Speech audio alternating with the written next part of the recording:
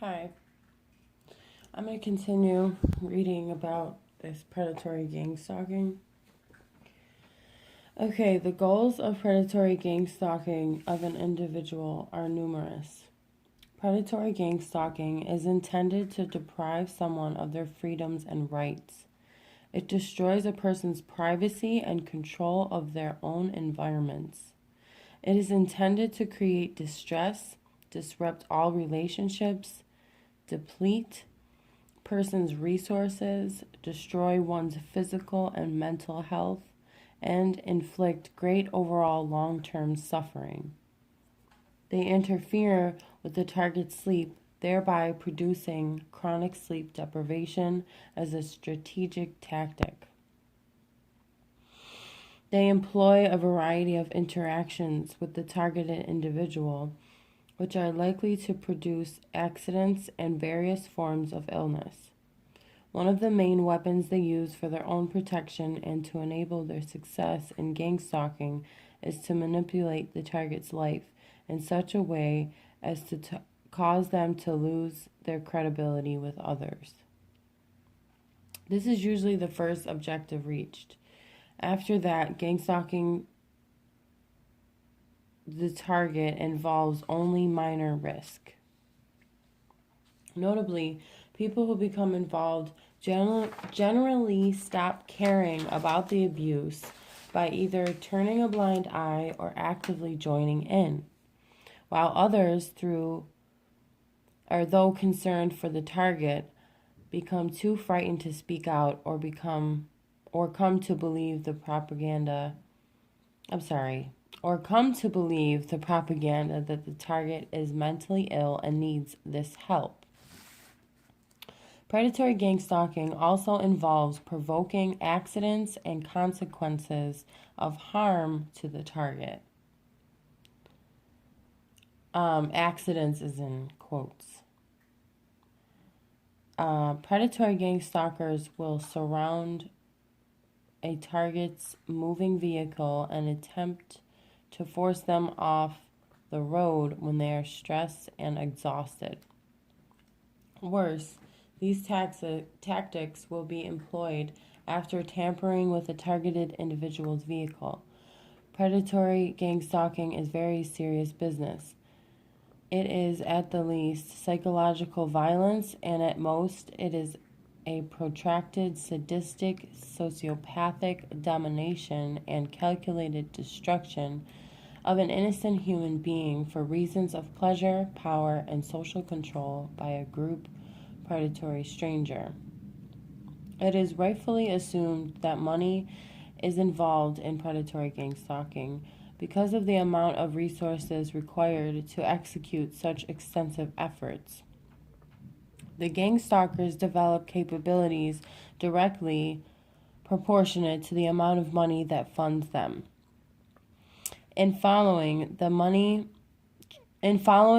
trail speculatively, one looks to the possibility that drug money is involved. Some people reason that the government may be involved because of the amount of resources that are available to the practitioners of predatory gang stalking. Other individual situations seem to indicate that corporations, insurance companies, and even wealthy individuals with revenge motives fund predatory gang stalking.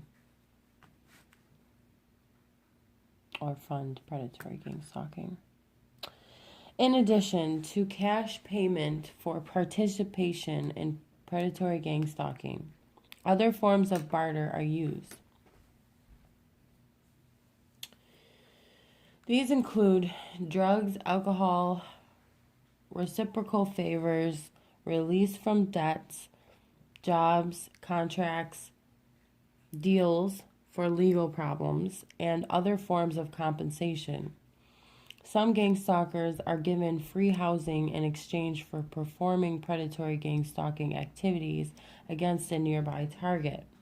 However, it is clear from observing predatory gang stalkers in action that many engage in it for pleasure. One high-ranking leader in predatory gang stalking stated that it was like an addiction. He described how the buildup and culmination of a gang stalking assault was intoxicating, but that there was a letdown feeling afterwards that compelled him to do it again, and the cycle continued. That's interesting. I don't remember reading that part, but again, this is from like a while back, from February, that I printed this out. But yeah, that is very interesting. But it's true. A lot of these people like to do this. They like to harass people. It gives them some sort of thrill. Okay. It is also true that some people participate in predatory gang stalking because they have deceived into participating. Oh no, they are deceived into participating. Friends, neighbors, and associates of a selected target are given false information and finally come to believe the targeted individual has committed a heinous crime for which they deserve what is portrayed to them to be rehabilitative social intervention. Sometimes people reluctantly participate in indirect ways, such as making their homes available at times for part of the operation for fear of consequences if they did not. Others involved in predatory gang stalking include the homeless, do so for money or drugs. Disabled vets are known to participate in predatory gang stalking activities for alleged government or defense contractors' projects. Predatory gang stalkers have successfully elicited the participation of neighbors by appealing to their sense of service to the community or government, often representing themselves as affiliates of the government or law enforcement. Lastly, those who are in the underworld or secret organizations practice predatory gang stalking as part of their membership duties.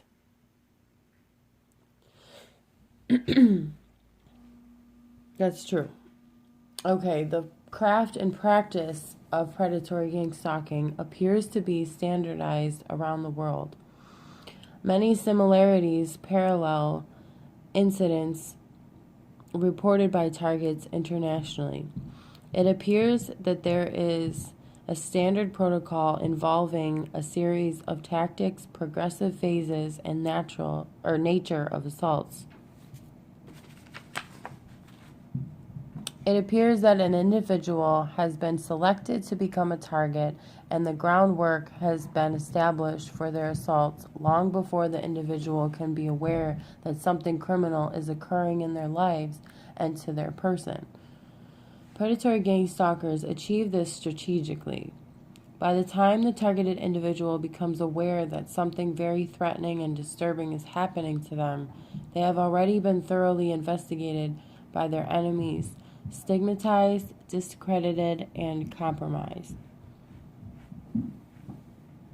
All wells have already been poisoned, so to speak, and all avenues of help and escape have been blocked. Predatory gang stalkers first establish information dominance over a targeted individual. This achievement alone enables them to attain excessive power over the targeted individual.